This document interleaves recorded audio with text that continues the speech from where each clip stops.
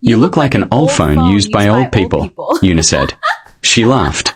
The whole body laugh of someone who has never once been on the receiving end of cruelty, and therefore finds it endlessly funny. That is why you attracted a 69-year-old man, Juliet.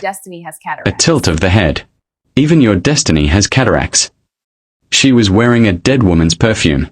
Not Juliet. Juliet did not own perfume. Juliet did not own much of anything anymore, which was the whole point of today. Una was wearing it, standing in the doorway of Juliet's room in a silk robe that had also belonged to that dead woman, watching Juliet pack with the contented expression of someone who has won a game by changing the rules halfway through and feels no obligation to pretend otherwise. The dead woman was Rose Peter, Juliet's mother. Dead 11 years. And the perfume, a warm amber scent Rose had saved for Sundays and special occasions, now lived on the wrist of her husband's stepdaughter, because that is what happens to the things that belong to women who are murdered and made to look like accidents. But we will get to that. Juliet folded her last dress into the bag. 3 dresses. 2 pairs of jeans. 1 sweater. A photograph hidden in the lining. Her mother, laughing, head thrown back, completely unguarded, because if she put it anywhere visible, Sebak would find it. Sebak found everything. Sebak had made a career of finding things that belonged to other people and keeping them. 1 bag is all you are given when you are being sold. If you want to see how this story unfolds, grab a popcorn and relax because it's about to get interesting, and don't forget to hit the subscription button. Drop a comment telling me what city you are watching from and like. I love seeing how far this story travel. Nobody used the word sold, of course. Her father John Peter called it an arrangement. His wife, Sebak, formerly his assistant, now his wife, which told you the entire story of how Rosa died if you had enough imagination to connect the points, called it an opportunity. The Korean businessman who had come twice to the house with papers and a respectful smile was apparently the opportunity. He was 69 years old. Juliet was 22. Una, watching from the doorway with her arms folded and her mother's perfume on her wrist, had her own word for it. You look like an old phone used by old people, Una said. She laughed. The whole body laugh of someone who has never once been on the receiving end of cruelty, and therefore finds it endlessly funny. That is why you attracted a 69-year-old man, Juliet. A tilt of the head. Even your destiny has cataracts. Juliet zipped the bag. She did not respond. She had not responded to Una in 11 years, because responding to Una required energy, and energy was a resource Juliet had learned to conserve. In this house she was the cook, the cleaner, the errand runner, the invisible fixture everyone used and no one saw. She had made herself small so many times that small had started to feel like her actual size. She stood. She picked up the bag. She walked past Una without looking at her. Don't embarrass us in Korea. Una called. Then laughed again at her own joke. Juliet walked down the stairs. Her father was waiting at the bottom, which she had not expected. He was dressed well. John Peter always dressed well, which was the armor of a man whose life had been built on appearing like something he was not. He looked at her when she came down. She looked back at him. This man who had held her at her mother's funeral and produced tears so convincingly that the entire church had wept with him. This man who had nodded at her this morning like she was a completed transaction. She searched his face for something. Regret. Discomfort. The ghost of the father he might once have been. There was nothing there. She turned away. She walked through the front door. She got into the car. She did not look back at the house. Not once. Not for the whole drive to the airport. Not during the 12 hours over the ocean. Not during any of it. She looked forward, into the dark, and she told herself the thing she had been telling herself since she was 10 years old and had finally understood her situation. You have survived everything so far. You will survive this too. What she did not tell herself, because she could not have known, was that survival was not actually what was waiting for her. Something else was waiting. In a room in Seoul. The car that collected her from the airport was black, long, and silent in a way that felt intentional. The driver did not speak. The city outside built itself taller and more luminous as they moved deeper into Seoul. Towers of glass catching the last of the evening light. Streets that pulsed with the specific energy of a place that had decided to be extraordinary and then simply never stopped. Juliet kept her face neutral. She would not be impressed by the city of the man who had purchased her. She managed this for approximately 4 minutes. Then the car turned a corner and Seoul happened all at once, and she pressed her face to the window like a child because she had never, not once in her life, seen anything like this. Fine. She was impressed. She would deal with the implications later. They brought her to the room. And neutral became an impossible position. It was enormous.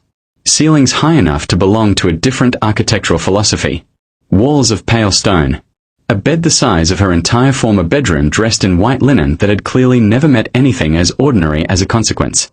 Artwork on the walls. Lamps casting light the color of warm honey. A window that framed soul like a painting some deity had commissioned and then forgotten to charge for. On the side table, a tray. Water. Fruit cut into neat, careful pieces. A small white card. Juliet crossed to it slowly. She picked it up. It said, in neat, considered English, "Please rest. You have traveled far." She read it 3 times. Then she looked up at the ceiling and addressed it directly. "Lord," she said, "I know I told you I would accept whatever came. But this looks like a trick and I did not bring my textbook." The ceiling did not respond. She sat on the edge of the bed, gingerly, the way you sit on things that seem too good to be permanent, and she clasped her hands in her lap and she waited. She had prepared for this part on the plane. Be quiet. Be small. Find the survivable corner of whatever this was and live in it. Don't expect kindness. Don't want things. Don't hope. The door opened. And everything she had prepared fell apart in 1 second. He was tall. Not incidentally tall. Tall as a statement, though he was dressed entirely in black, not by accident but by conviction, and he wore it the way very certain people wear everything, like it was the only possible choice and he had never wasted a moment considering alternatives. His jaw was sharp. His hair was dark. His eyes, when they found hers, were so steady and so dark and so completely, disturbingly calm that Juliet had the brief physical sensation of a person who has stepped off a curb that was higher than expected. He looked at her the way someone looks at a thing they have been waiting a long time to see. Juliet stood up so fast she nearly took the side table with her. "Wrong room," she said. "I think you have the wrong. My name is Kang Ji-ho." His voice was low. Even. Every word placed deliberately, like a man who did not waste anything. "I am your husband." Silence. The specific, total, ringing silence of a sentence that has rearranged the room it was spoken in. Juliet's legs made a unilateral decision without consulting the rest of her and she sat back down on the bed. "I am sorry," she said. "Can you repeat that slowly? I may be having a medical episode." He stepped inside. He closed the door with a soft, final click. He crossed to the chair across from her and sat, not like a man claiming territory, but like a man putting distance between himself and a frightened animal so the animal has room to breathe, and he looked at her steadily and said, "The man you married today is an actor. His name is Mr. Choi. He is 67, retired, and has worked for my firm for 11 years. He is very good at his job." "An actor," Juliet said. "Yes." "You hired an actor?" "Yes." "To marry me?" "Yes." "Why?" "Your father required a man of advanced age," Ji-ho said. "He needed to believe he was sending you somewhere you would suffer. That was the condition of his agreement. A young man would have raised questions. An old man in a foreign country, that was the future he wanted for you." Condition. The word sat in the air between them and Juliet stared at it the way you stare at something you have known for a long time but have not had confirmed. Her father had needed to believe she was going somewhere to suffer. Had made it a requirement. A condition. Like suffering was the product he was paying for. She had known. In her body she had known. But knowing and hearing it said in a quiet room by a calm stranger were 2 entirely different violences, and she sat with the second one for a moment and let it move through her. Then she looked up. "So you tricked him into giving me to you instead?" She said. "Into releasing you," Ji-ho said. "Yes." She looked at this man, this 30-something stranger in all black in a room that cost more per square foot than her father's entire house, and she felt something organizing behind her eyes. Not quite anger, not quite relief, something in between that didn't have a name yet. "Who are you?" she asked. "Actually, what are you?" Ji-ho's gaze did not waver. "The kind of man your father should have been afraid of from the beginning," he said quietly. "And the person who is going to make sure he answers for what was done to your mother." The air left the room. Or perhaps the room left the air. Something structural shifted. "My mother," Juliet said. Very still. 2 words like the last 2 stones holding a wall up. Your mother saved my life 12 years ago, Jiho said. I owed her a debt I was not able to repay. She died before I could come back. And when I investigated, he paused, 1 beat. What I found was not an accident. Juliet's hands were perfectly, unnaturally still in her lap. You investigated my mother's death. Yes. For how long? 4 years. This stranger, this man she had met 1 hour ago, had spent 4 years carrying her mother's name. Rose Peter, who had been buried and eulogized and then quietly erased by the people who killed her. Rose Peter, who Juliet had carried alone, entirely alone, for 11 years because there was no one left who loved her enough to carry her with her. Juliet's throat closed. What did you find? She whispered. Jiho held her gaze. And in his eyes, steady, dark, the eyes of a man who had made a promise to a woman in a clinic in Lagos and had not stopped keeping it, she saw the answer before the word came. Everything, he said. And the wall came down. He did not tell her all of it that night. He told her enough. He told her she was safe. He told her this home was hers for as long as she needed it. He told her that no hand, not her father's, not S.A. Buck's, not anyone's, had reached here. And then, as he stood to leave, he said, At 9 in the morning I am taking you shopping. Juliet stared at him. Shopping? You arrived with 1 bag, he said. That is not acceptable. Jiho, she paused. Is it Jiho? Are we on a first-name basis? We literally met. Jiho is fine. Jiho. I have 10,001 in my account. Possibly less. I'm not fully fluent in the exchange rate, but I know it is not enough. That is not relevant. It is the most relevant. Juliet. He said her name. And the specific, careful way he said it, like a word he had thought about before using, stopped her mid-sentence. He looked at her with those still, dark eyes. You have been careful for 12 years, he said. Careful about space. Careful about noise. Careful about wanting things. You calculated everything you were allowed to want and then you wanted a little less, just to be safe. He paused. Tomorrow, you will let someone take care of you, just once, just enough to remember what it feels like. His voice was quiet but it landed like something solid. You are not a burden, Juliet. You never were. And you are finished believing that now. She sat with that sentence like a person sitting down with something unexpectedly heavy. Her jaw moved. Her eyes did the thing she had been forbidding them to do all day. Okay, she managed. Her voice held, barely. Okay. He moved to the door. Jiho. He stopped. You could have done all of this without, she searched for the right words, without marrying me. You could have helped from somewhere far away. Why make yourself my husband? Why put yourself in the middle of it? He was still. The lamplight caught the line of his jaw, the quiet weight of him. When he turned back, his voice was lower, stripped of the careful composure she was coming to recognize as his default armor. Because your mother did not save me from a distance, he said. She dragged me through a door. Then he was gone. The door clicked shut. The room held its breath. Juliet sat alone in the most beautiful room she had ever been in a city she had never imagined, and she reached into the lining of her bag and she took out the photograph. Her mother. Laughing. Head thrown back, eyes closed, completely alive. She set it on the bedside table. Not hidden. In the open. Where it could be seen. She lay back on the bed, still in her clothes, 1 bag on the floor, soul-burning gold outside the window, and she spoke to the photograph in the dark. Mama, she whispered. I think you sent me someone. A long breath. He is very intense and he does not smile easily and I cannot tell yet if that is damage or just personality. But Mama, he remembered you. After 12 years, in a different country, he was still keeping his word to you. The city hummed faintly through the glass. I think I'm going to be okay, Juliet said. I actually think I might be okay. She closed her eyes. And for the first time in 11 years, she slept without listening for a door. The knock at 8 was so polite it barely counted as a knock. The woman who entered was 50s, silver-streaked, with the organized warmth of someone who had run households for decades and possessed total emotional intelligence alongside total operational authority, a combination Juliet would come to understand was Mrs. O's entire personality. She carried a tray. tea, toast, juice the color of a ripe mango, and eggs. Soft eggs. Good morning, Mrs. O said, setting the tray with practiced efficiency. I am Mrs. O. I manage this house. Mr. Kang instructed that your eggs be brought soft. She straightened. He was making an assumption.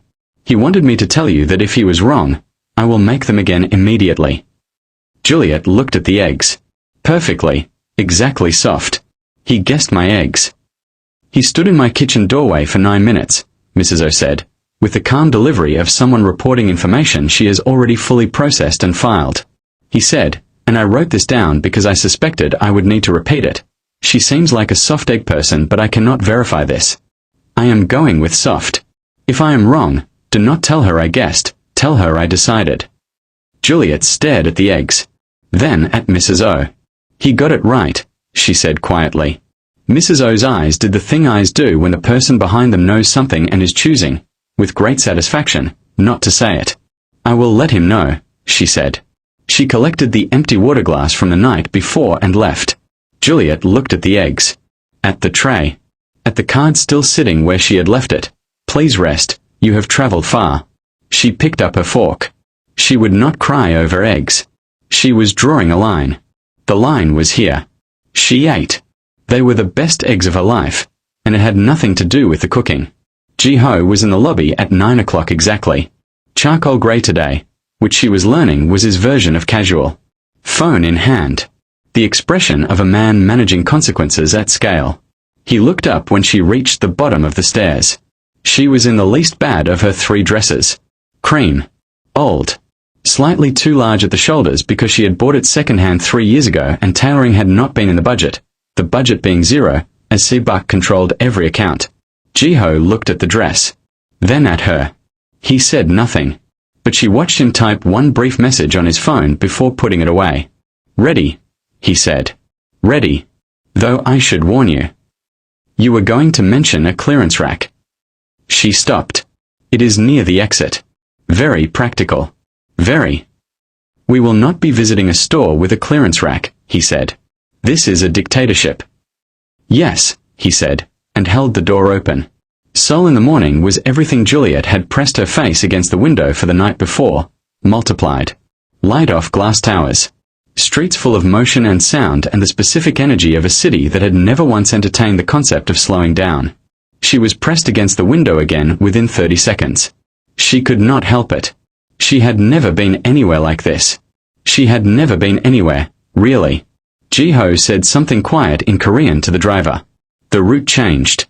They went along the river. Through the boulevard lined with trees not yet in full bloom, just beginning. Juliet caught his eye in the reflection of the window. He looked out his own side with the expression of a man who had not spoken. She tucked her smile into her cheek and said absolutely nothing. The first store was not a store. It was a philosophy. A carefully curated argument for the existence of beauty. The air smelled of something barely nameable, expensive, cool, faintly floral, the scent of spaces where nothing is hurried and everything is considered. Racks of clothing spaced with geometric precision. Staff who moved like they had rehearsed. A woman appeared the moment they entered, immaculate, early 30s, with the bearing of someone who had recognized Ji-ho. Mr. Kang. Everything is prepared as you requested. Ji-ho. She looked at him seriously. That is either extremely romantic or moderately alarming. I have not determined which. The corner of his mouth moved. 1 millimeter. The shadow a smile casts when it cannot commit. Decide after you see the clothes, he said.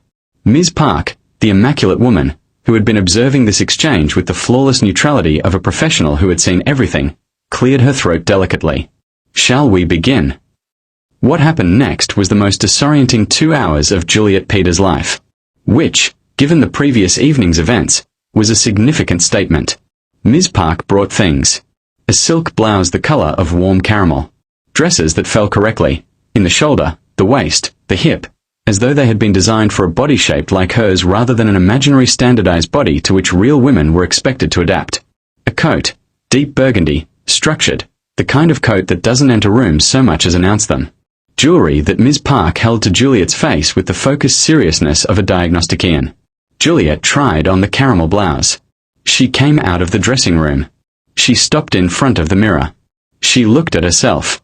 The woman in the mirror was allowed to take up space. It had been so long since Juliet Peter had looked like that. So long since she had worn something that fit her, that was hers, that no one had handed down or confiscated or made small. Something clenched in her chest, not painfully, just finally, the way things clench when they have been held a long time and are released. She swallowed it down. Hard. Ji-ho was on the sofa outside the dressing room running what appeared to be an empire from his phone, because the empire was not going to pause for retail. He looked up. He looked at her. Ji-ho, who Juliet was learning operated on maximum economy of expression, who did not give anything away that he had not decided to give, looked at her for 5 complete seconds. Good, he said. She raised an eyebrow. Good. That is your full assessment. I look like a different human person and you have given me, good. You look like yourself, he said. Absolute certainty. A man who had arrived at a conclusion and was reporting it. The version of yourself before everything tried to make you smaller. Good means it is correct. Juliet turned back to the mirror. The version of yourself before everything tried to make you smaller. She bit the inside of her cheek. Hard. She had drawn the line about eggs. She was extending it here. She was extending it across the entire city of Seoul. Add it to the pile, Ms. Park, she said. Her voice only wobbled a little. And the pile grew. By the second store, Juliet had the system figured out. Lunch was somewhere quiet and expensive where Ji-ho was greeted by name, seated by preference, and brought tea before he asked. Is there one place in this city where people don't know who you are? Juliet asked. Some. Where? He gave this genuine consideration, the way he gave everything genuine consideration, running an actual mental survey of the geography. Nothing is coming to me, he said. Juliet laughed. She didn't plan it. It came out of her the way things that have been held too long eventually come out, fully, suddenly, ringing off every surface. The real laugh. The loud one. The one S.A. Buck had called unbecoming. The one Yuna had mimicked at the dinner table for years. She clapped her hand over her mouth. Don't, Ji-ho said. Quiet. Immediate. She lowered her hand. Don't cover your mouth when you laugh, he said. Don't do that. I was told. I know what you were told, he said, and his voice went precise and cold in a way she had not heard yet. Cold not toward her, cold toward the people who had told her. Your laugh is not a problem to be managed, Juliet. It is the correct volume for a person who has not been permitted to laugh enough. He held her eyes. Don't silence it again. She looked at him across the table. Ji-ho, she said. I want you to know that I did not budget for liking you. She held his gaze. That was not part of my plan for surviving this. His eyebrow moved. Fractionally. Is that a problem? It is a complication. I am comfortable with complications, he said. And then, very quietly, so quietly she almost missed it, the corner of his mouth curved. Not a full smile. Not even close to a full smile. But the beginning of one. The suggestion that under all that certainty and composure, there was a person who was also, quietly, winning something he had not known he was competing for. Juliet laughed again. She didn't cover her mouth. Seoul continued outside the window, unaware that something important was happening at a table in its midst. Lagos, Nigeria, 14 years ago. Rose Peter came home smelling like antiseptic and 12 hours and a surgery that had almost gone wrong but hadn't. Juliet was 8. She heard the key and she ran, the way children run to mothers they love, entirely without deciding to, because love is its own physics and the law is, you run, and Rose caught her at the bottom of the stairs and held her, still in her coat, and breathed out the long exhale of a woman putting down something very heavy. Hard day, Mama. Very hard. Rose pulled back and looked at her daughter. I made rice. You didn't make rice. I made rice. You made rice. Rose's face, exhausted, luminous, wrecked with love. Baby, you made rice. It is a little burnt. I love burnt rice. Mama. You do not love burnt rice. I love your burnt rice. Rose pulled her close again. It is different rice. They ate at the kitchen table, Rose still in her coat because she was too tired to be practical about it, and she told Juliet about the surgery. Not the hard parts, just the parts that had worked, just the moment when everything had come back together the way it was supposed to and she had felt it and known. Her eyes went bright telling it, even through the bone-deep exhaustion. Juliet listened with her whole face. The total attention of a child who does not yet know to look away from the people they love. Rose watched her daughter across the burnt rice and the small table and the lamplight, and she smiled the smile of a woman who has had a hard day and a good life, and who knows, in the arithmetic of it, that the good outweighs the hard. This was what they had. This kitchen. These evenings. This small, complete, sufficient world. This was what was taken from them. Back, present day. Juliet came back slowly. The way you come back from the things you return to, the good memories, the ones that hurt precisely because they were good. The car was moving through the boulevard again on the way home. The trees going past. The bags in the boot. "You're thinking about her," Jiho said. Not a question. She looked at him. "Is it obvious?" "Your face changes," he said. "When you are thinking about her. It goes," he paused, choosing. "Quiet. But a different quiet than usual. Softer." She looked out the window. "She would have liked you," she said. She had no patience for people who wasted words. "She would have found you restful." A pause.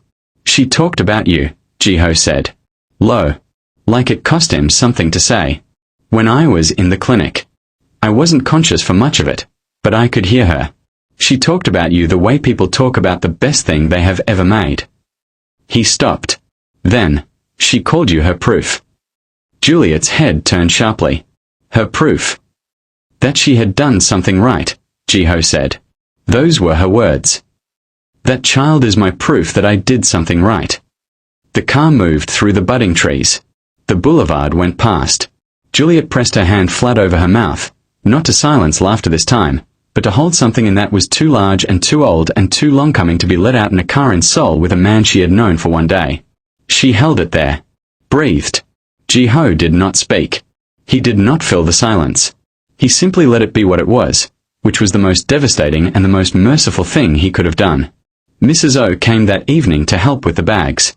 She surveyed the room, the extraordinary, slightly overwhelming accumulation of new things arranged on every surface, and confirmed, privately and with considerable satisfaction, a theory she had held since 9 o'clock that morning. She began to fold. "Mrs. O," Juliet said. "Yes, child." "Is he always like this?" Mrs. O paused, a silk blouse in her hands. "Like what?" she asked. Juliet gestured at the room. At the bags. At the tray. At all of it. The eggs and the root and the yellow and the way he had said her name and the thing he had told her about her mother's words. Like, all of this. Mrs. O folded the blouse. She placed it in the drawer. She smoothed it flat. "Mr. Kang has run this house for 9 years, she said. In 9 years he has not called ahead to a store. He has not taken a full day from his work. He has not stood in my kitchen for 9 minutes deciding something as straightforward as an egg." She closed the drawer. "He has been carrying a weight for a very long time, and today was the first day I have seen him put any of it down." She turned to look at Juliet steadily. "I think he came here to repay a debt. I think he is beginning to understand that what he feels may be something else as well." A pause. Something he did not account for. Juliet sat very still. "Something he didn't account for," she repeated. Mrs. O moved to the door. "The eggs will be soft again tomorrow," she said. "Since we know now." And she was gone. Juliet sat in the quiet of the room for a long time. Then she reached into the bag, her one bag, her traveled, survived, everything she owned bag, and she found the photograph in the lining and she took it out and she set it on the bedside table. Open. Visible. In the light, where it had never been allowed to be. Rose Peter. Laughing. Head back. Eyes closed. Completely, unguardedly alive. Juliet looked at her mother's face. Outside, Seoul burned. Gold and glass and the city's relentless insistence on existing at full volume. And somewhere in this building, she knew it without knowing how she knew it, Kang Ji-ho was awake. Working. Moving the last pieces of 4 years of careful, patient, unwavering work into position. For her mother. For Rose, who had dragged a stranger through a door. For Juliet, who had survived everything so far. She turned off the lamp. "It's almost time, Mama," she whispered to the photograph. A breath. He's going to finish it.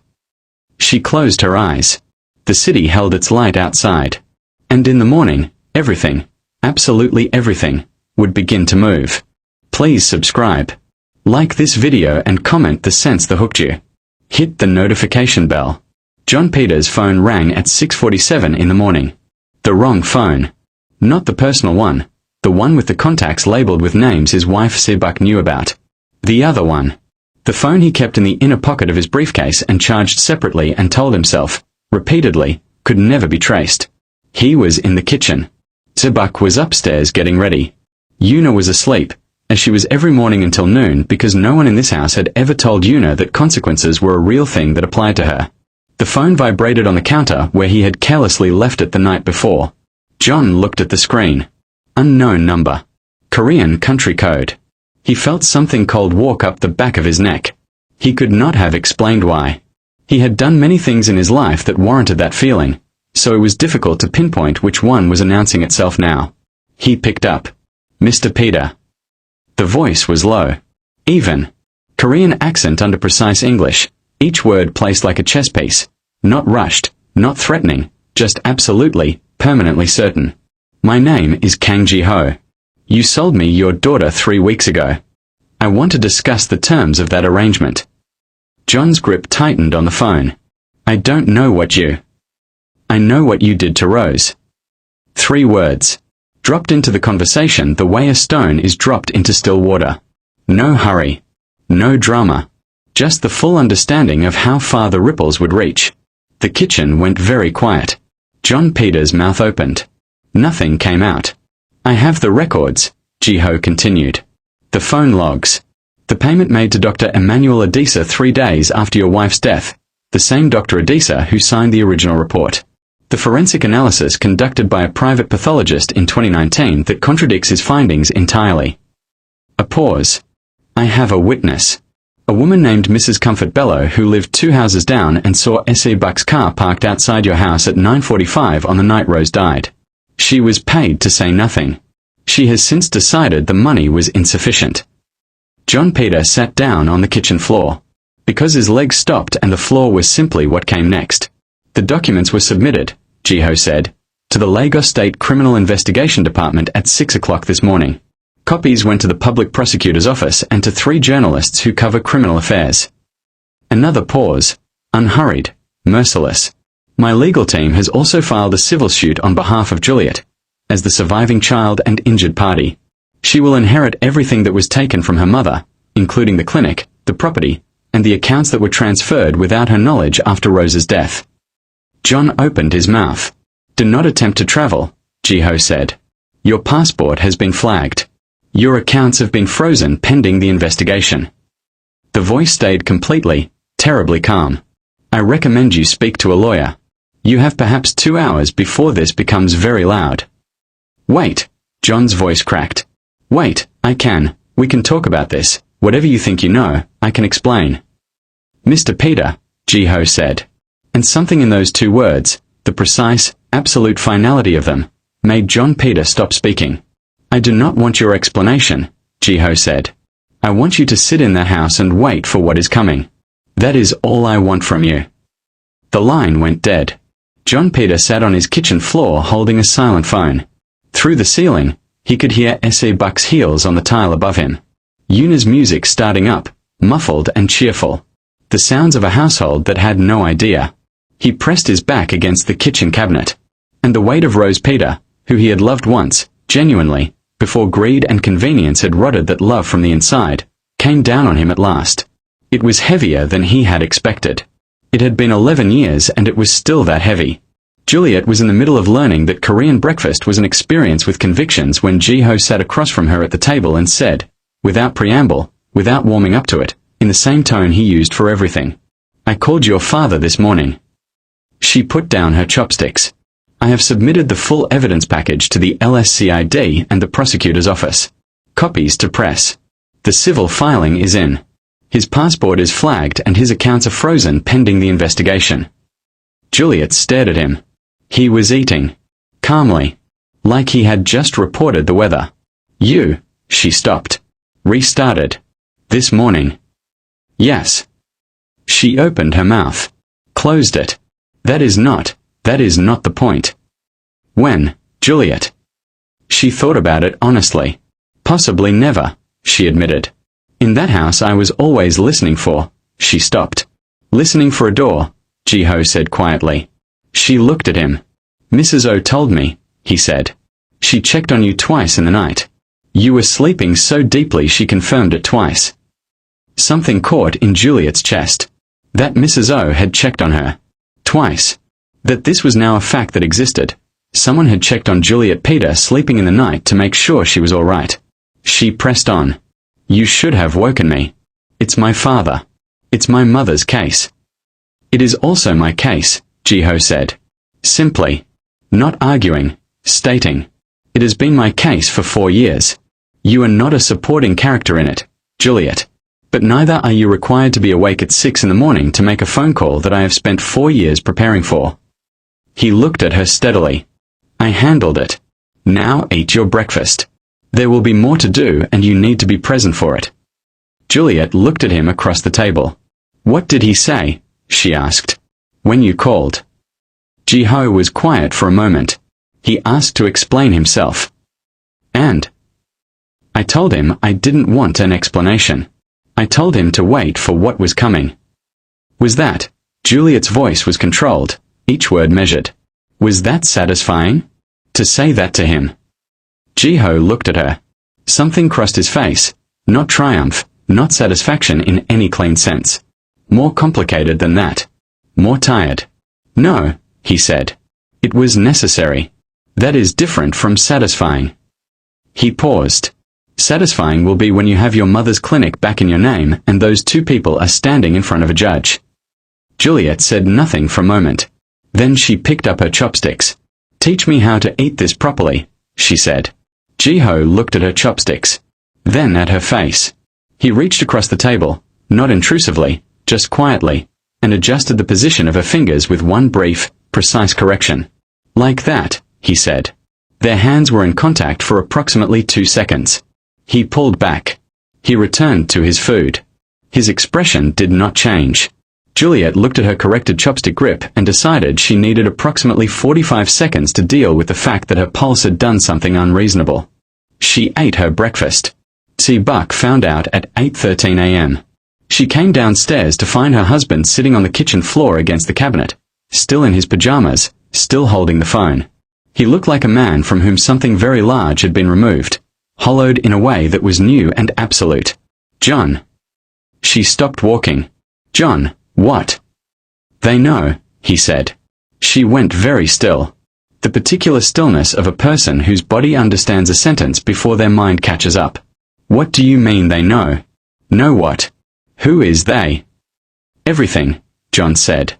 Kang Ji-ho. The man Juliet married. He has everything, Si-buk. The payment to Adisa. Mrs. Bello. A pathologist's report. Phone records from the night. That's impossible, Si-buk said. Her voice was sharp, clipped, the voice she used when she was managing a situation. Those records don't exist. We made sure. He found them, John said. He spent 4 years finding them. Tuck stood in the middle of her kitchen, the kitchen of the house she had maneuvered herself into, the house that had once belonged to the woman she had helped destroy, and she felt, for the first time in 11 years, the ground shift under her feet. 4 years, she repeated. He was the man Rose saved. Do you remember? She told me once. A young man she found behind the clinic. I didn't think. You didn't think he would come back, Si-buk said flatly. Nobody comes back, John said. Nobody. He came back for her daughter.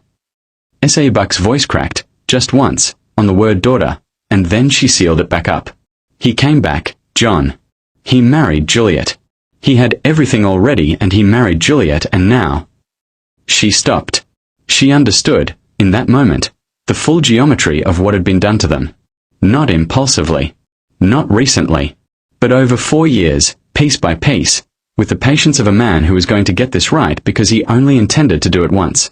Kang Ji-ho had not simply filed a report. He had removed Juliet from their reach first. Put her in another country. Under his protection. on his ground. And then, only then, he had lit the match. They had been outmaneuvered before they knew there was a game. Suk looked at John Peter on the kitchen floor. This man she had ruined her life alongside. This man she had believed was the kind of person who could do what they had done and simply walk away clean. She had overestimated him. She had catastrophically underestimated everyone else. Her phone started ringing. A Lagos number. Then another. Then the door. 2 hours, Ji-ho had said. He had been generous. Juliet's phone rang at 9:02 a.m. She was in Ji-ho's study. A room that looked like a library had made a serious commitment to also being a workspace, reviewing the documents Ji-ho's legal team had prepared. He had sat beside her for the first hour, walking her through each piece of evidence with the patience of a man who understood that this was not just legal information to her, that every page was also a piece of her mother's story that had been hidden from her, and she needed time with each one. Then he had been called away for a meeting he could not postpone, something he had apologized for in the specific, clipped way that made her understand he did not apologize for things unless he meant it, and she had stayed, reading, holding the pages of her mother's life.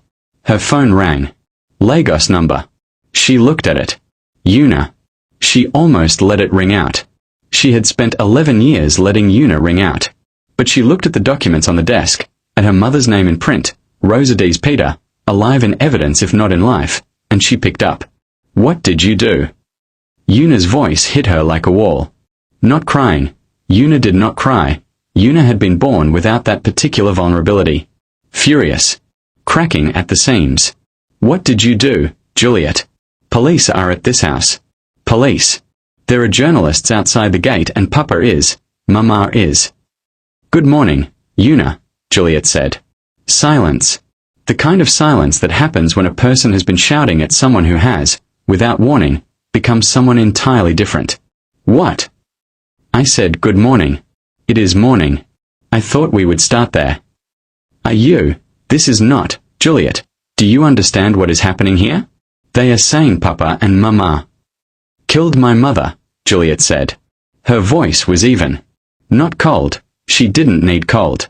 She was simply, finally, on the other side of something. They are saying that your mother and my father arranged for Rose Peter to be murdered in her own bathroom and covered it up for 11 years. She paused. That is not something that is being said, Yuna. That is something that happened. I have read the documents. All of them. I have seen the phone records, the payment, the pathologist's report. Another pause. I have read the record of a call made from your mother's phone to my father's phone at 9:41 p.m. on the night my mother died. 47 minutes before her body was found. The line was so quiet Juliet could hear Lagos through it, the distant sound of traffic, birds, the ordinary world continuing. Yuna, Juliet said, and her voice changed, softer, because whatever Yuna was, she was also a woman who was about to have her entire life reorganized by a truth she had not known or chosen. I don't believe you knew. I want you to know I don't believe you knew. I didn't. Yuna's voice was very small. Smaller than Juliet had ever heard it. I didn't know. I swear I didn't. I know, Juliet said. Get a lawyer. Not for your parents, for yourself. Separate lawyer. You were a child when it happened and you are not responsible for what they did. But you need your own representation. A pause. Don't call me again unless it is necessary. I am not your enemy. But I am also finished being what you made me. She hung up. She set the phone on Ji-ho's desk. She pressed both hands flat on the surface and breathed. In, out, in. The way you breathe when something you have been waiting for has finally arrived and it feels nothing like you expected, which is bigger than anger and older than relief and does not have a simple name. She had spoken. She had used her full voice. She had not covered her mouth. Ji-ho came back 40 minutes later. He stopped in the doorway of the study. Juliet was still at the desk. The documents were neatly stacked. The phone was face down. She was sitting very straight, looking at nothing in particular, in the way a person sits when they have just finished doing something hard and their body is deciding what to do next. He crossed the room without asking. He went to the small table by the window where Mrs. O had earlier placed a tea service, and he poured a cup, and he brought it to her. He set it in front of her.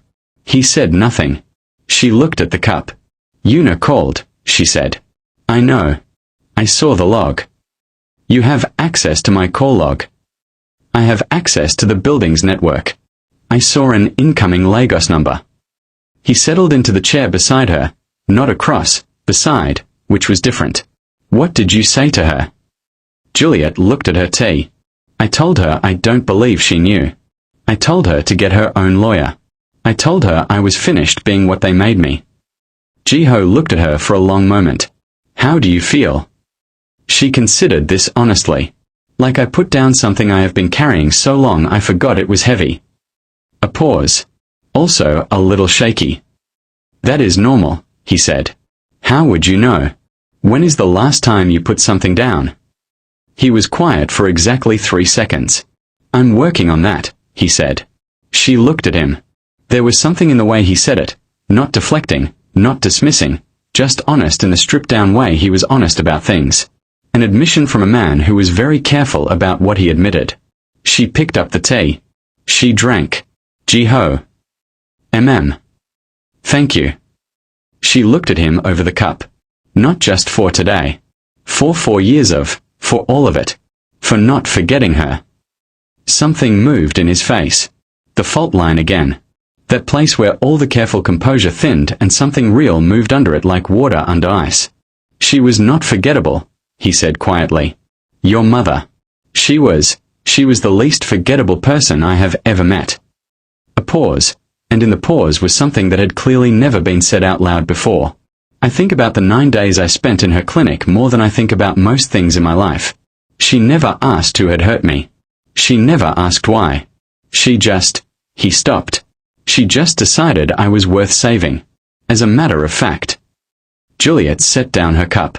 Her eyes were wet. She didn't hide it. That was exactly her, she said. That was exactly who she was. Lagos, Nigeria, 13 years ago. Rose Peter was not a woman who looked for trouble. She was a woman who worked. She got up at 5:30, she ran the clinic from 7 to 7, she came home, she fed her daughter, she read her daughter to sleep, she reviewed patient files, she went to bed. On Sundays she wore the amber perfume and she and Juliet went to church and then to the market and then to the park where Juliet would run herself senseless in the grass while Rose sat on the bench and watched with the expression of a woman who was tired but not unhappy. She had been tired for a while.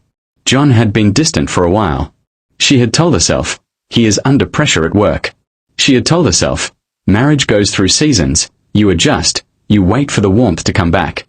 She had told herself the things that people who love someone tell themselves when they do not yet want to know the truth. She stopped telling herself those things on a Thursday afternoon in February when she went looking for car insurance papers in John's office. The envelope was in the second drawer, under the property folder.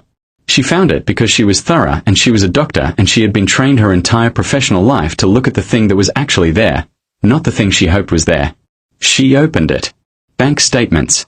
An account she did not know about. Wire transfers, monthly, 2 years of them, to a name she recognized. S.E. Bakyun. John's assistant. Rose sat on the floor of her husband's office for 20 minutes. She sat the way people sit when the architecture of their life has just had a wall removed, and they are waiting to see which direction it falls. Then she got up. She put the envelope back exactly as she had found it. She went to the kitchen and made dinner because her daughter was 9 years old and hungry and the world does not stop for the things that unmake you. She was a doctor. She did not react before she understood. She spent 4 days understanding. She found the photographs next. She found the account records that went back further than 2 years, 3 years, 4 years. She found the lease on a flat in Victoria Island she had not known they owned. She found, in a folder John had believed was deeply hidden, the birth record. A girl. 3 years old. Named Una. Born while Rose was running the clinic, running the house, raising their daughter, believing in her marriage. John Peter had another family. Not after Rose. Alongside her. On the 5th morning, she sat across from John at breakfast while Juliet ate cereal in the next room with cartoons on, and Rose looked at her husband and told him, very quietly, that she knew. All of it. The woman. The flat. The child. The money. The years. She told him she wanted him out of the house by the end of the month. She told him she would file for divorce and that she would be speaking to a lawyer about the clinic, which was in both their names but had been built with her money, her work, her decade of sacrifice. She told him that Juliet's relationship with her father was Juliet's to have, and Rose would not destroy it, but she would not lie to her daughter and she would not stay. You are tired, John said. He used the calm, gentle voice he deployed when he wanted to make Rose feel like she was overreacting. You work too hard. You misread. John, Rose said. I am a doctor. I have never misread a thing in my life. He looked at her across the breakfast table. And in that look, Rose saw, not regret, not guilt, but calculation. The look of a man running numbers. A man assessing a problem. She was the problem. She understood this, sitting at her own table in her own house with her daughter's cartoons playing in the next room. She understood it the way you understand things you cannot yet prove. She called her lawyer that afternoon. 2 days later, Juliet came home from school and found her grandmother sitting outside the front door with her wrapper pressed to her mouth, crying in the way old women cry when the news is too large for noise. The official report said, accidental fall. Bathroom. Blunt force to the head consistent with striking the tile edge. Tragic. Sudden. A terrible accident. John Peter cried at the funeral. He held Juliet and cried until the entire church cried with him. S.E. Buck attended the funeral. She stood at the back in dark clothing, appropriate and solemn. She had, after all, worked with John for years. It was natural she would come. 11 months later, she moved into Rose's house. 2 months after that, she was John's wife. And Juliet, who was 10 years old and had no power and no proof and no one who believed that the unease in her stomach was the truth and not a grieving child's imagination, Juliet became something that did not have a kind name. The girl in the house that used to be her home. The cook and cleaner and errand runner. The reminder they needed to disappear. The girl who kept saying nothing because nobody was listening anyway. Back, present day. Juliet had stopped crying at some point. She was not sure when. The documents were on the table between them. Jiho had laid them out one by one as he talked, walking her through each piece of evidence with a steadiness that she understood was deliberate, was a choice he was making, was him deciding, she is strong enough for this, give it to her straight. She had needed that. Not comfort. Not softening. The truth, given straight, because she had been fed comfortable lies for 11 years and she was done with anything that felt like management. The witness, she said. Mrs. Bello. She saw S.E. Buck's car. At 9:45 p.m., Jiho confirmed. The body was found at 10:32. The coroner placed time of death between 9 p.m. and 10 p.m. He paused. Mrs. Bello went to the police the following week. She was visited at home 2 days later by a man she did not know, who left an envelope on her kitchen table and told her that her memory was incorrect. His voice did not change. She spent 11 years with that envelope. She contacted my investigators in 2022. She said she prayed about it every year on the anniversary, and last year God told her she had been quiet long enough. She prayed about it, Juliet said. Every year, Jiho said. On the date. Juliet put her face in her hands. Not crying, just holding herself. My mother had a patient once, she said from behind her palms. An elderly woman who brought her a bag of oranges every month as payment because she didn't have money. Mama accepted them every time. She said Mrs. Bello's oranges are the sweetest in Lagos. She lifted her face. It was Mrs. Comfort Bello, she said. The witness. That was the woman with the oranges. Jiho was very still. Yes, he said. I believe so. Juliet pressed her lips together. Mama saved everyone around her, she said. Everyone. And the only people she could not save herself from were the ones who should have been safest.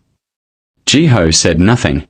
He simply looked at her with the full weight of everything he had spent 4 years carrying, and she understood, finally, completely, that this was not just obligation for him. It had not been obligation for a long time. It was grief. His own private grief for a woman who had pulled him off a dirty alley floor and given him his life back, and who had been taken before he could give anything back in return. He had spent 4 years trying to return something to a woman who was already gone. And all he had left to give it to was her daughter. Jiho, Juliet said. Yes. She would have loved that you kept going. She would have been. She used to say that the world was full of people who started things and very few who finished them. Juliet looked at him. You finished it. He looked at her for a long moment. Something in him settled, not visibly, not dramatically, but she felt it across the space between them. Like a held breath finally exhaled. We finished it, he said. I built the case. You made the call. You looked your father's house in the face this morning and didn't blink. He held her eyes. Your mother would have loved that about you. She already did. The room was quiet. Sol moved outside. Somewhere in the city, processes were running. Lawyers, journalists, investigators, the long machinery of consequence finally beginning to turn. And in this room, two people sat across from each other, connected by a debt, by a death, by a night 12 years ago in a Lagos alley, and something between them that had not had a name yet began to find one. By afternoon, the formal part of the day had been handled. Jiho's legal team called twice with updates. His chief of staff, a terrifyingly competent woman named Ms. Kwon who looked at Juliet with the assessing eye of a person categorizing a new variable, passed through the study with documents for Jiho to sign. He signed them without taking his eyes off what he was reading, which appeared to be a habit.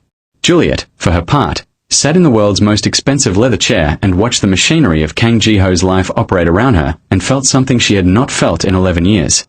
Safe. Not comfortable. She had been uncomfortable before and mistaken it for safety. This was different.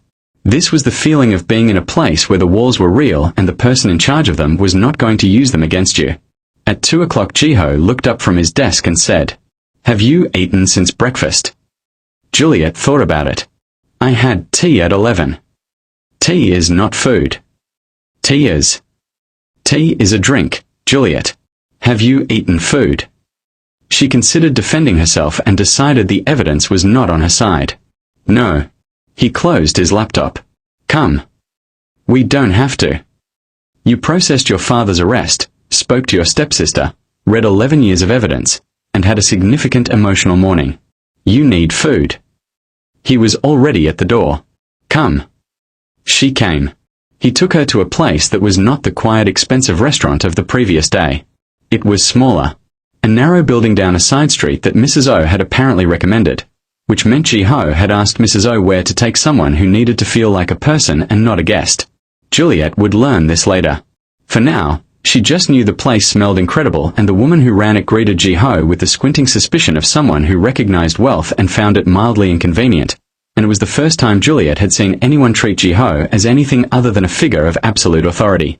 "First time?" the woman asked Juliet, nodding at her. "Yes," Juliet said. "Nigerian?" "Yes." The woman beamed with the specific delight of a person whose theory about someone has just been confirmed. She said something rapid in Korean to Jiho. Jiho's expression did not change, but his ears, Juliet was nearly sure, went slightly pink. "What did she say?" Juliet asked. "She said you have a kind face," Jiho said. "That is not what she said."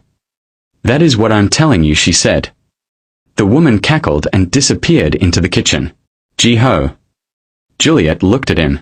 What did she actually say? A pause. Almost imperceptible. "She said," he said, looking at the menu with great focus, "that it is about time I brought someone with a real face instead of just my problems." Juliet stared at him. She is not wrong, she decided. Jiho turned a page of the menu he was absolutely reading very seriously right now. His ears were still pink. The food came in waves. More than 2 people needed. Juliet ate with the determination of someone making up for a lost decade of good meals, and Jiho watched her with the expression of a man who was experiencing something he had not allotted feeling time for and was filing it under unresolved. At some point she looked up and caught him watching. "What?" "Nothing," he said. "You were doing the staring thing." "I was thinking." "About?" He was quiet for a moment.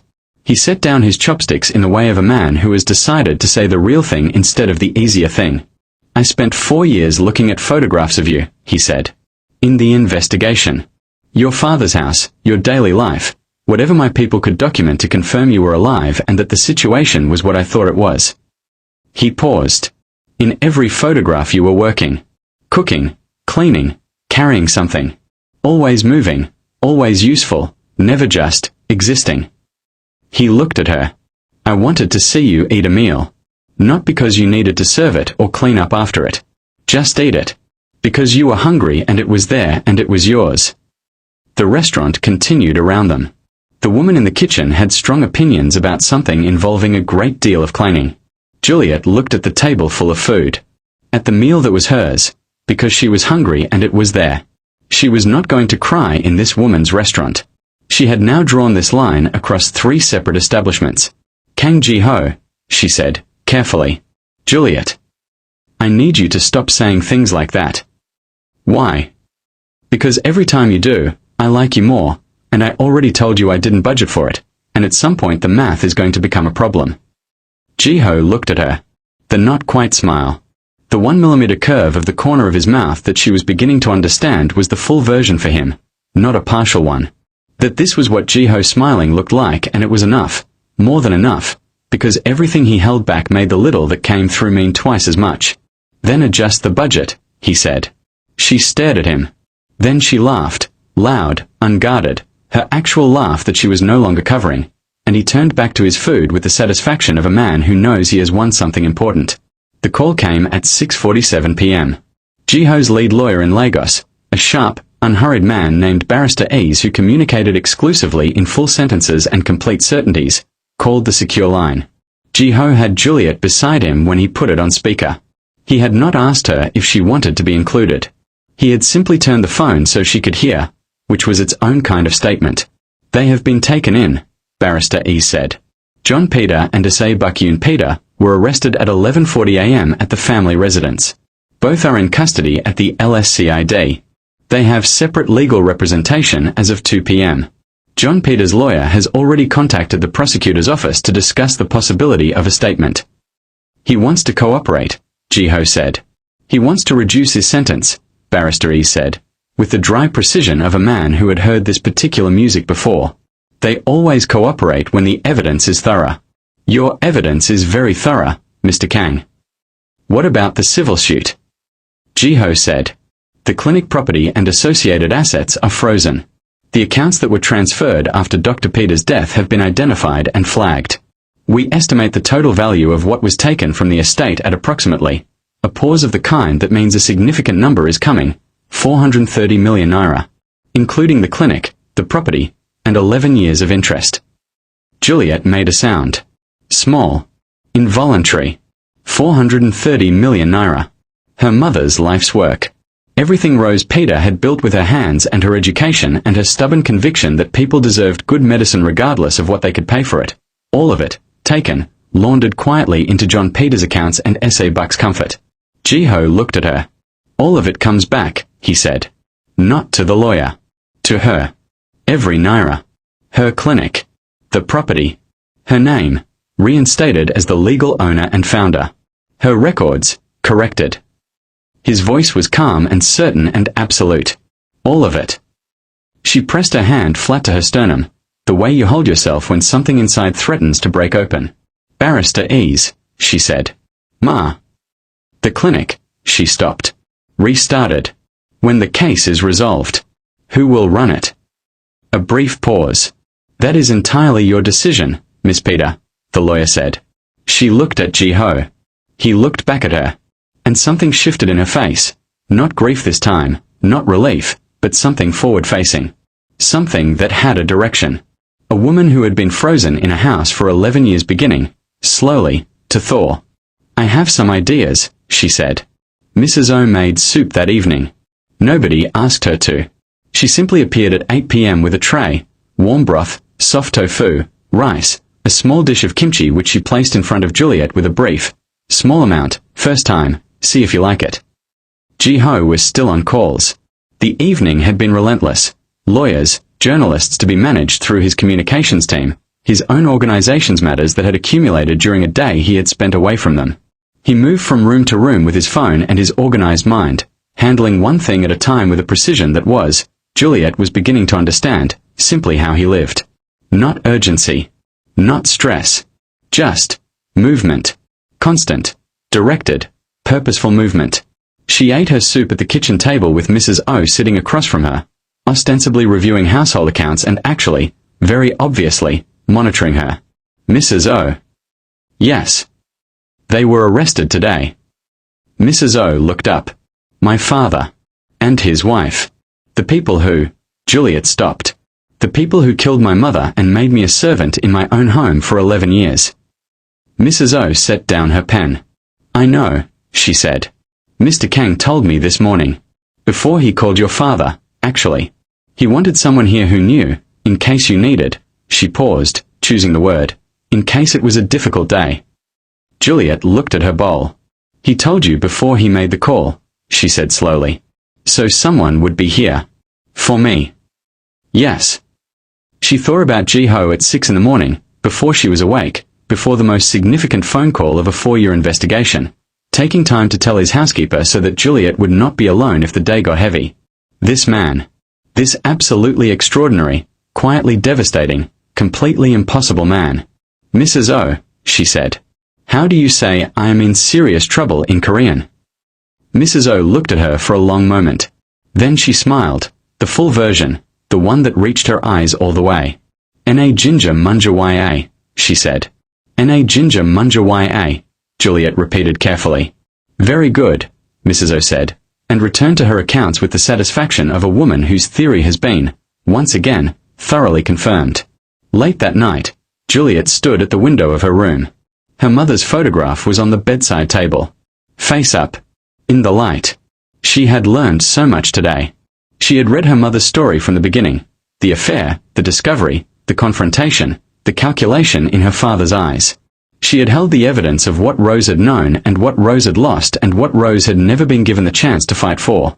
And she had understood something she had not known how to say before today. Her mother had not been defeated. Her mother had been interrupted. There was a difference. A significant, life-changing, direction-altering difference. Rose Peter had known the truth. She had gathered the evidence. She had called the lawyer. She had looked her husband in the face and said, I know, and I am not staying, and I am not lying to my daughter, and I am not pretending. She had done every brave thing. She had simply been stopped before she could finish. But the evidence didn't die with her. The witness kept her oranges and her prayers. And a young man who owed Rose Peter his life had refused, for 4 years, to let the story end where they tried to end it. Juliet turned from the window. She looked at the photograph. You didn't lose, Mama, she said softly. They just paused you. She touched the edge of the frame. We are unpausing you now. Down the hall, she could still hear Ji-ho's voice, low and focused, one last call before the day ended. She climbed into bed. She thought about tomorrow. About the clinic. About the name Rosa D's Peter on a sign above a door that had been hers and would be hers again. About a man who took long routes through cities when you were looking out windows.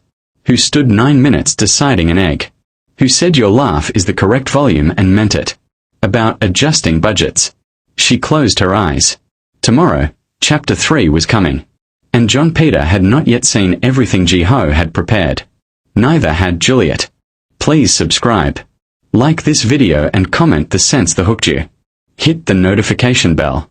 John Peter saw his daughter for the first time in 4 weeks across a courtroom. He had aged. That was the first thing Juliet noticed when she walked through the door. Not with any satisfaction.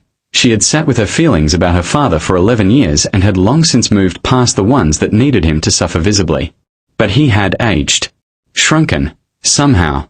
The man who had always dressed well, who had always carried the armor of appearance, was wearing a suit that no longer fit him the way it used to, sitting beside a lawyer who was very expensive and would not be enough. Zibuk sat at the same table and did not look up when Juliet entered. That told Juliet everything she needed to know about S.A. Buck's state of mind. The woman who had run their household like a general, who had never once entered a room without commanding it, who had looked at Juliet for 11 years with the comfortable contempt of someone who knows they will never be challenged. That woman could not bring herself to look at the girl she had underestimated. Good. Look at what you made, Juliet thought. Look at what you thought you buried. She took her seat beside Ji-ho's legal team. Ji-ho was already there. He stood when she entered, briefly, one motion, and then sat again. He did not say anything. He looked at her face, made a rapid and complete assessment, and gave the smallest nod she had come to understand as, I see you. You are ready. We are doing this. She gave him the same nod back. He almost smiled. She turned to face the front. Let it begin. The case took 11 days. 11 days of evidence that Ji-ho's team had spent 4 years assembling with the precision of people who understood that justice, to hold, had to be airtight. You could not leave the smallest gap for a desperate man's lawyer to push through. There were no gaps. Emmanuel testified on day 3. He was 61 now, and he walked to the stand with the careful dignity of a man who had been carrying something heavy for a long time and was finally, at last, putting it down somewhere permanent. He described the car. He described the time. He described 11 years of knowing what he knew and having nowhere safe to put it. When the defense lawyer suggested he was misremembering, Emmanuel looked at him calmly and said, "I have not misremembered one day of it. I have tried. It does not leave." The courtroom was very quiet after that. The private pathologist testified on day 5. She was precise, technical, and utterly unrattled. She had the specific confidence of a person who has checked their work 3 times and found it correct each time. She explained, in terms the court could follow, exactly what the original report had missed, what it had gotten wrong, and what the evidence of the injuries actually indicated. She said the word that the original report had refused to say. Homicide. Juliet sat in the gallery and heard that word land in the room and did not look at her father. She looked at her hands. She thought about Rose making burnt rice at the kitchen table. She thought, they are saying it now. Finally, officially, on the record, in a room full of people with the authority to act on it. They are saying what really happened to you. It is not fixed. Nothing fixes it. But it is true now, publicly and permanently, and they cannot say it. On day 7, the financial forensic expert walked the court through the payment to the original examiner, the shell company, the account trace, the 40,000 naira that had bought a falsified report and 11 years of silence. John Peter's lawyer objected 4 times. All 4 were overruled. On day 8, Juliet gave her statement. Jiho's team had prepared her. They had sat with her in the library, her library, with the amber light and the rolling ladder, and walked her through every question she would be asked, every attempt the defense would make to rattle her, every moment where she might want to stop and should push through anyway. They had been thorough. Jiho had been thorough. Of course he had. But when she sat in that chair, none of the preparation was the thing that held her together. What held her together was simpler. She thought about her mother's face. And she told the truth. She told it from the beginning. From the night her grandmother sat weeping on the front step. From the first morning Sabak made her breakfast and looked at her with ownership in her eyes. From the years of cooking and cleaning and being made invisible in her own home. From the perfume on Yuna's wrist. From the one bag. She did not cry. Not because it did not hurt. Because she had already cried. She had cried in Jiho's kitchen with her hands flat on the table. She had cried under the Lagos sky in the library chair. She had cried all the private necessary tears, and now she was here for something else. She was here to speak. And she spoke clearly, and completely, and when the defense lawyer tried to suggest that her account was colored by resentment, she looked at him with Rose Peter's eyes and said, "My account is colored by 11 years of first-hand experience. If you would like, I have more detail." The lawyer did not ask for more detail. When she stepped down, she walked back to her seat and she did not look at her father and she did not look at Sabak. She looked at Jiho. He looked at her. He said nothing. But his hand, on the table between them, moved 1 inch toward hers. 1 inch. She put her hand over his. Neither of them moved for the rest of the day's proceedings. The verdict came on day 11 at 2:47 in the afternoon. Juliet was in the gallery. Jiho was beside her. Mrs. O had flown from Seoul because she had said, in a tone that foreclosed any discussion, "I will be there." She was on Juliet's other side, her back straight, her hands folded, her face composed in the way of a woman prepared to feel something large. The judge read the findings. Guilty. John Peter. Guilty of conspiracy to commit murder. Guilty of obstruction of justice. Guilty of financial fraud in the concealment of the act. S.A. Buck. Guilty of murder in the 2nd degree. Guilty of conspiracy. Guilty of unlawful entry on the night of Rose Peter's death. The courtroom erupted. Juliet did not move. She sat perfectly still while the room roared around her and she stared at the front of the courtroom and she thought, Rose Adiz Peter. 11 years, 2 months, and 14 days. Finally. Finally. Beside her, Mrs. O made a sound. Small. Compressed. The sound of a woman who has held something in long enough. Juliet turned to look at her. Mrs. O had tears running down both cheeks with the quiet unstoppability of something that had been damned for too long. She was not sobbing. She was simply releasing. Steadily. With dignity. Mrs. O, Juliet said softly. I am perfectly fine, Mrs. O said. in the tone of a woman who is perfectly fine and crying simultaneously and sees no contradiction. I am simply glad it is done. Juliet reached over and took her hand. Mrs. O held it. On Juliet's other side, Ji-ho was looking straight ahead. His jaw was set. His eyes were dry. But there was something in the line of him, in the set of his shoulders, in the way he breathed, that told her the thing that had been held in motion for 4 years had, at last, landed. She turned to him. He looked at her. It's done, she said. It is done, he said. And then, in the middle of a Lagos courtroom, surrounded by noise and verdict and the rearrangement of 11 years of wrong, Ji-ho did something he had not done before. He put his arm around her. Not romantically. Not strategically. Simply and completely, the way you put your arm around someone when the thing you fought for together is finally, irrevocably over, and the relief and the grief and the victory are all the same feeling and too large to hold alone. Juliet leaned into it. And she finally, let herself fall apart, quietly, against the shoulder of the man who had refused to let her mother disappear. They stood outside the courthouse afterward in the Lagos afternoon light, the particular gold of late-day Lagos, thick and generous, the kind of light that makes everything look like a painting of itself, and Ji-ho stood slightly apart from the cluster of lawyers doing their post-verdict business and looked at the street. Juliet came and stood beside him. The street was ordinary. Vendors. Traffic. The city going about its life completely unaware that something enormous had just been concluded 40 meters behind them. How do you feel? She asked. He was quiet for a moment. Like something I have been carrying has been put down, he said. And like I do not quite know yet how to stand without the weight of it. She looked at him. He was looking at the street with those dark, steady eyes, and for once, just this once, he looked like a person who was tired. Not weak. Not broken. Just a person who had carried something for a very long time and had reached the end of needing to carry it. What do you do now? She asked. The debt is paid. You did what you came to do. What does Kang Ji-ho do when he no longer has a mission? He turned to look at her. And the thing she had seen in the garden, the thing neither of them had named, was there again. In broad Lagos daylight this time. Undeniable. I have been thinking about that, he said. And? She said. He looked at her for a long, considering moment, the way he looked at everything before he committed, the way he read last chapters. There is something I need to do first, he said. Before I answer that. What? I need you to take me somewhere. Where? She asked. To your mother, he said. The words landed in the Lagos afternoon light. Juliet stared at him. Ji-ho. I have something to say to her, he said quietly. I have had it prepared for a long time. I just need to know where to stand to say it. Her throat closed. She pressed her lips together. She nodded. One word. One direction. One yes. And the last chapter opened. The cemetery was in the old part of the neighborhood, not far from Adiyama Street, not far from the clinic, positioned in the geography of Rose Peter's life as though it belonged to it, which Juliet had always thought was either cruel or fitting and had never decided which. They drove in the late afternoon, the city sliding past outside.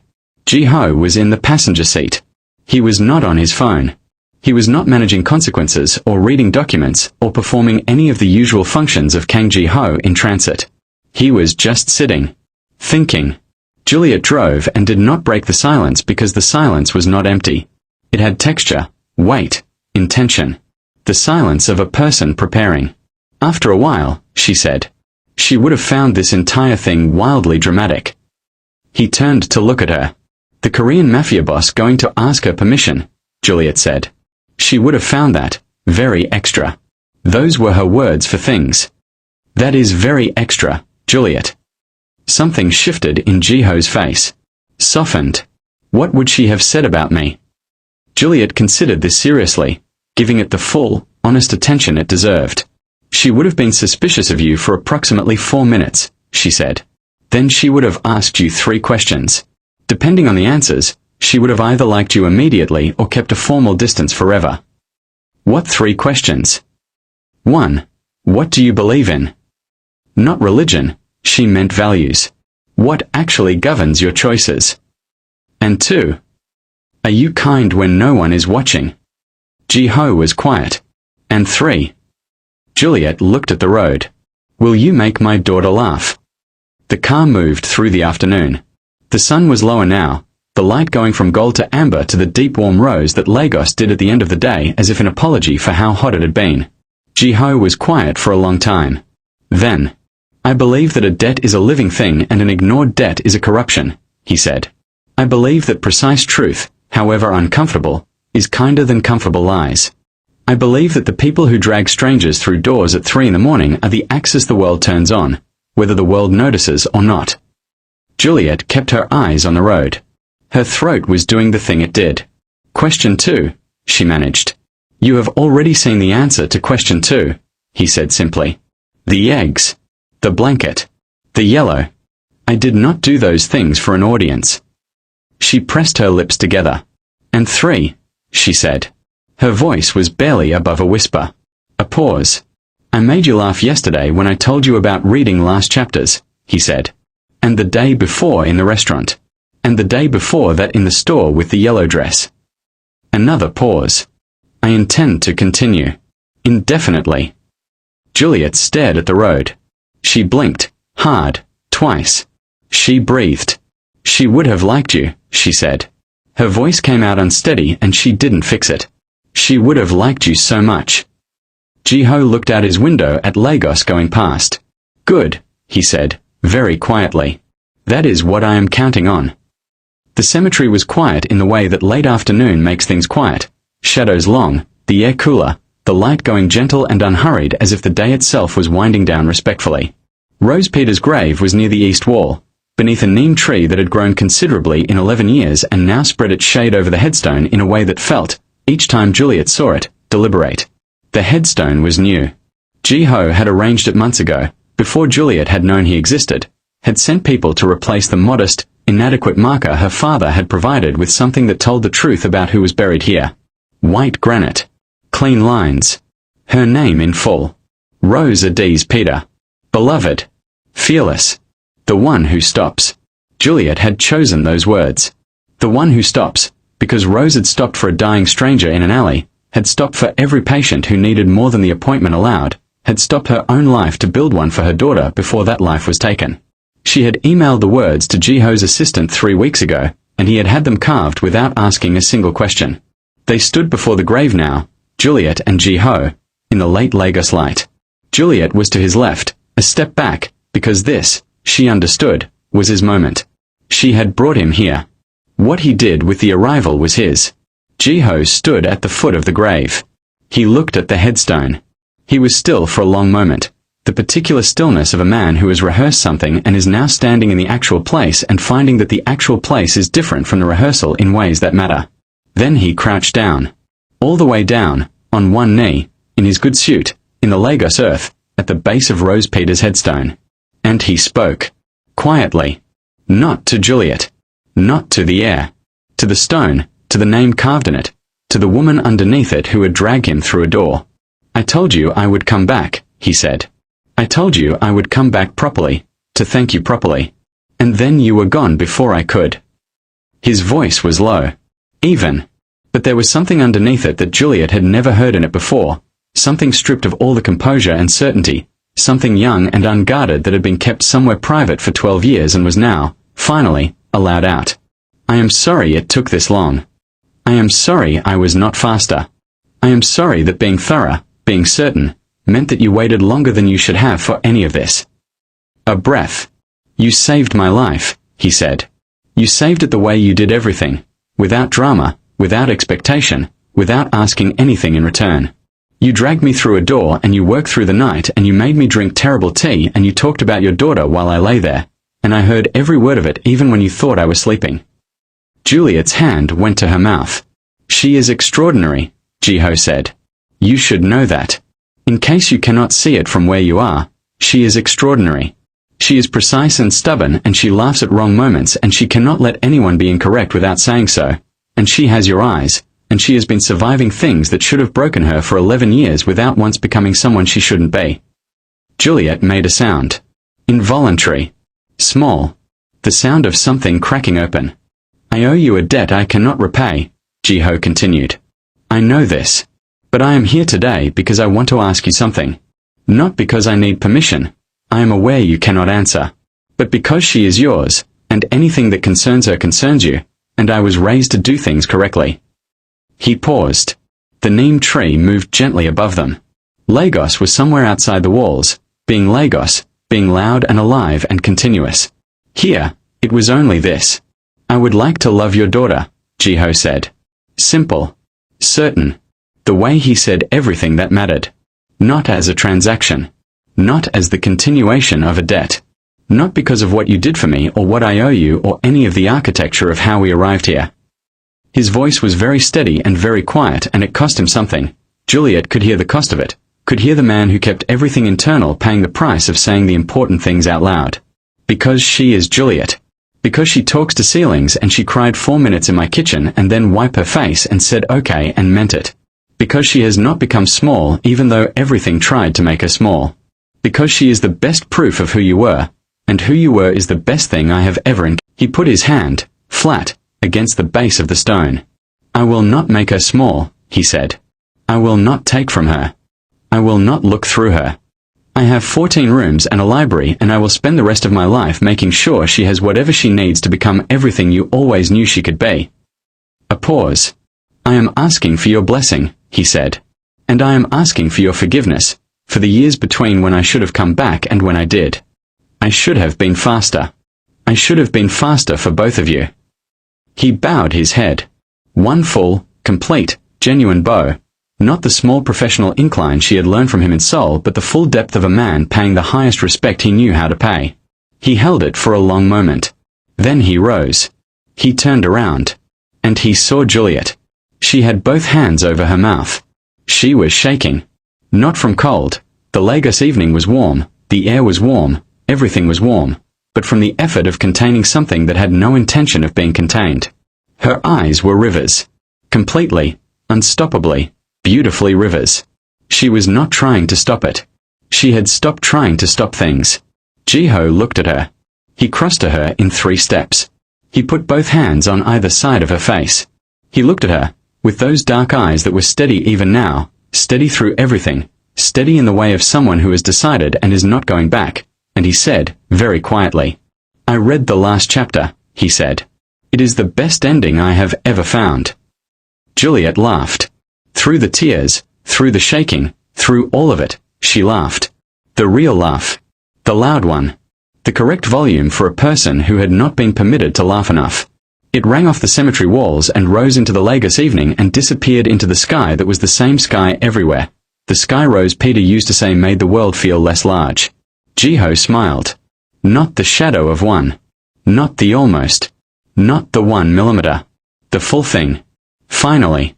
The full, complete, unguarded, utterly devastating smile of Kang Jiho.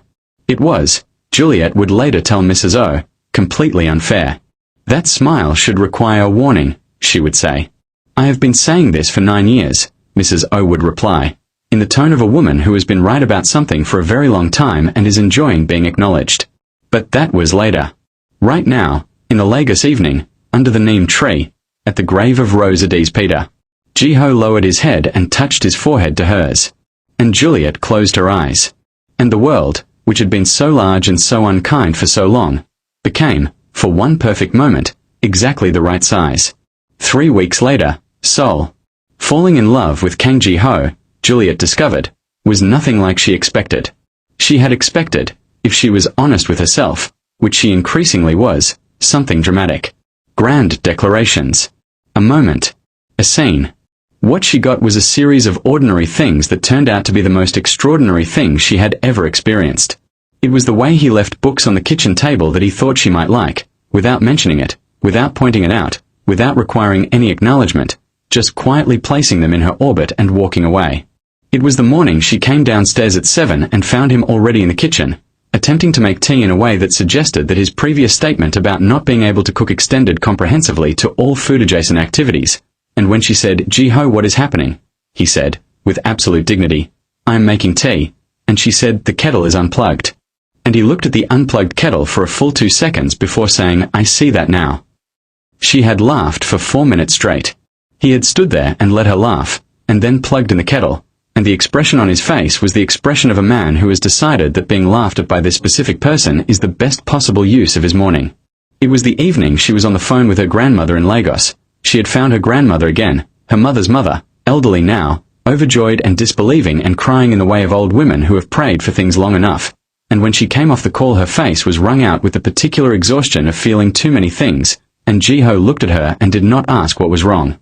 He simply got up and went to the kitchen and came back with the soup, Mrs. O's soup, the one that smelled like warmth distilled, and put it in front of her and sat across from her and returned to his book. She ate the soup. He read his book. She felt her face slowly unknot. When she was done she looked at him and said, "Thank you." He turned a page.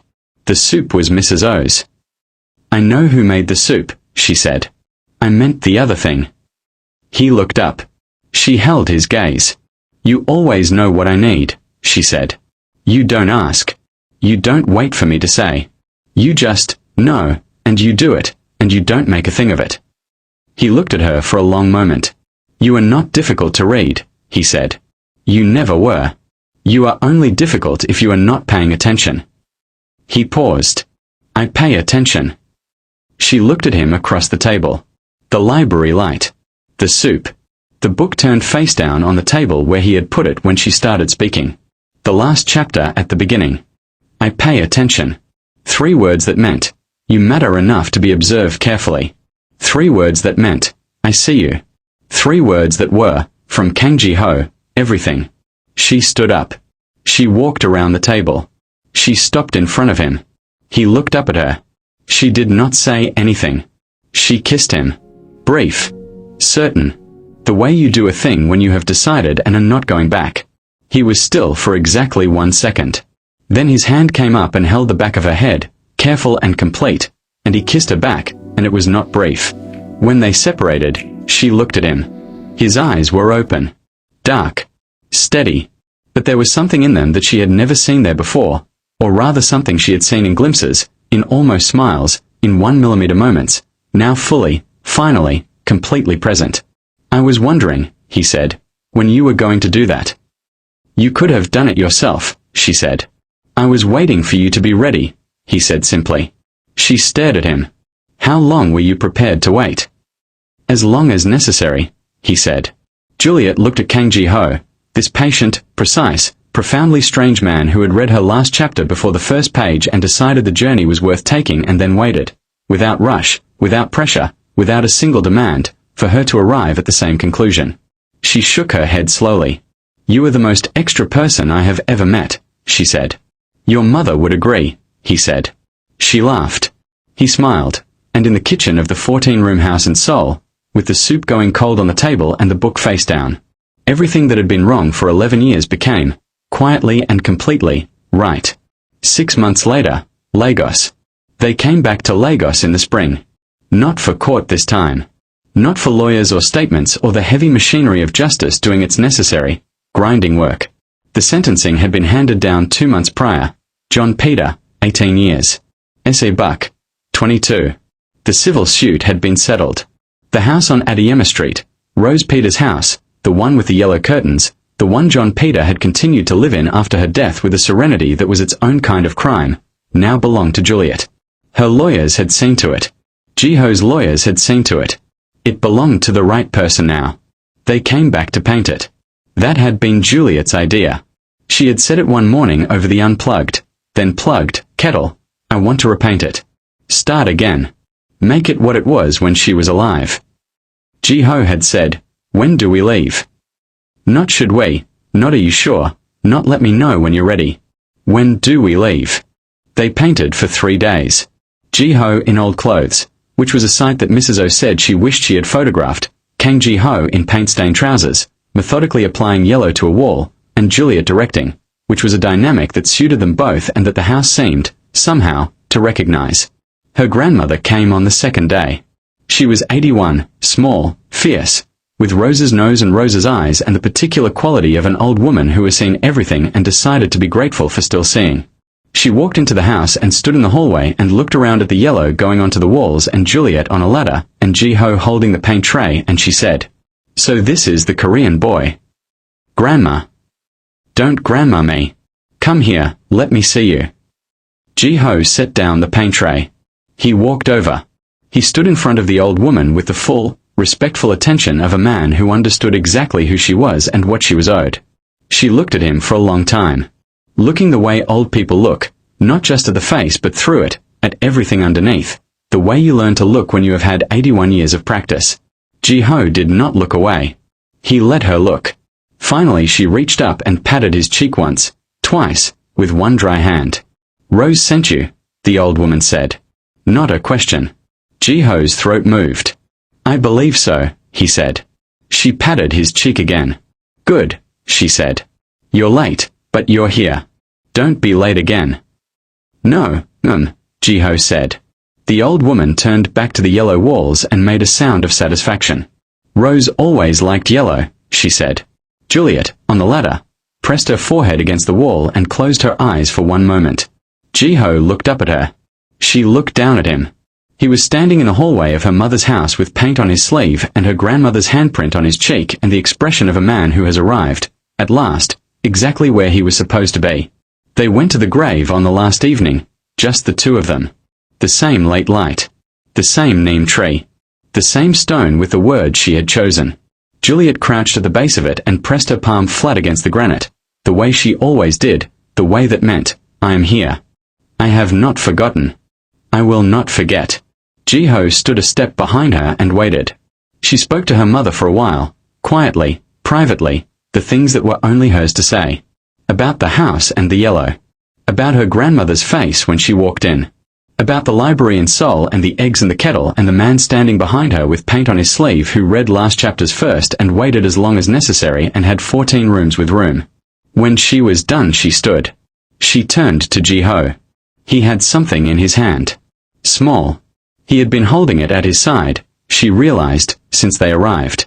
He looked at her. "I had something made," he said. He held it out. It was a small pendant. Gold. Simple. The shape of a door, not a grand door, not an ornate door. A small, plain, ordinary door, slightly ajar. "For the one she dragged through it," he said. Juliet took it. She looked at it for a long time, the small gold door in her palm, and she thought about her mother finding a dying stranger in an alley and making a decision without deliberating, without calculating, without asking what it would cost her. She thought about everything that had grown from that one decision. The debt. The investigation. The 14 rooms. The eggs. The yellow. The verdict. The grave with the right words. The house being repainted. Her. Here. Alive. Loved. All of it. From one woman who stopped. She looked up at Ji-ho. "Put it on," she said.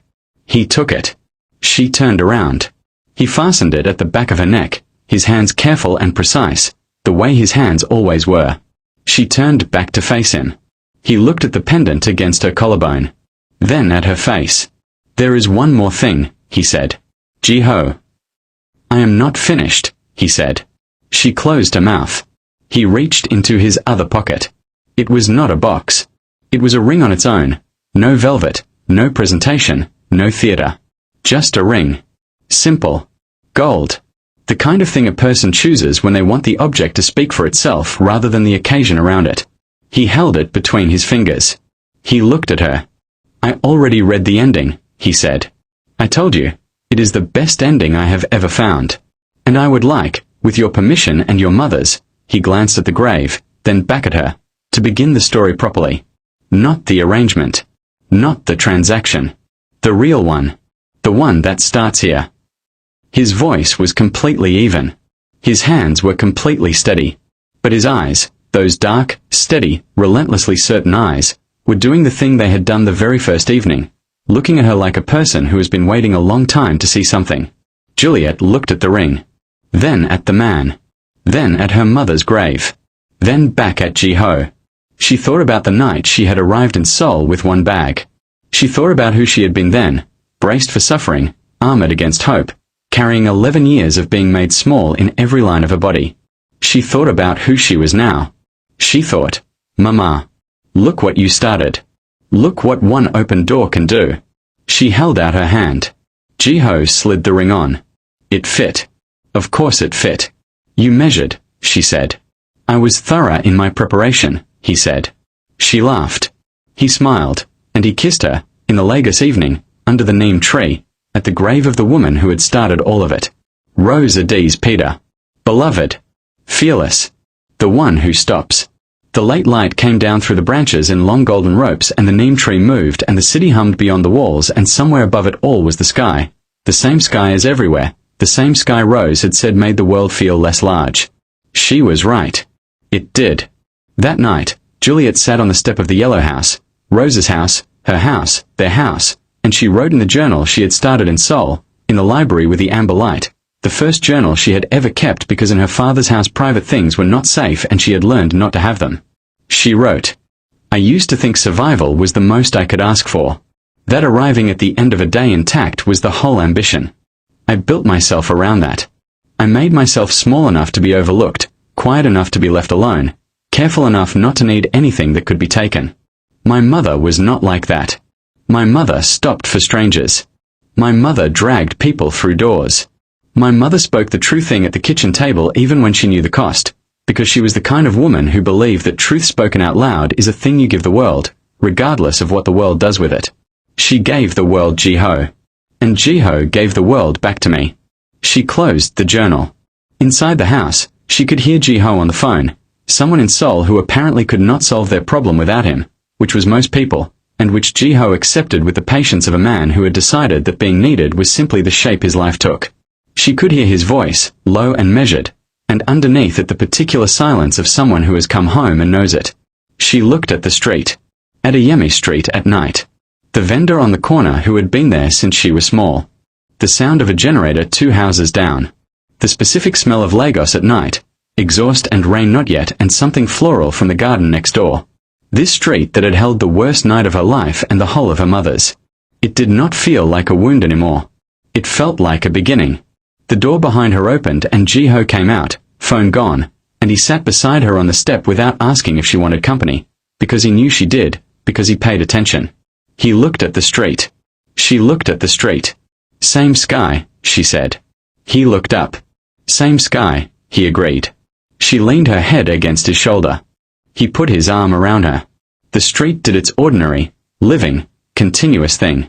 And Juliet Peter, who had arrived in this world with a mother who called her proof, who had survived 11 years of being unmade, who had flown to a foreign country with one bag and the photograph of a woman she refused to forget, sat on the step of her mother's house, in her mother's street, in the city her mother had loved, and was, at last, completely, irreversibly, unstoppably home. The end. Please subscribe. Like this video and comment the sense that hooked you. Hit the notification bell. Thank you for watching. Sold to a Ghost.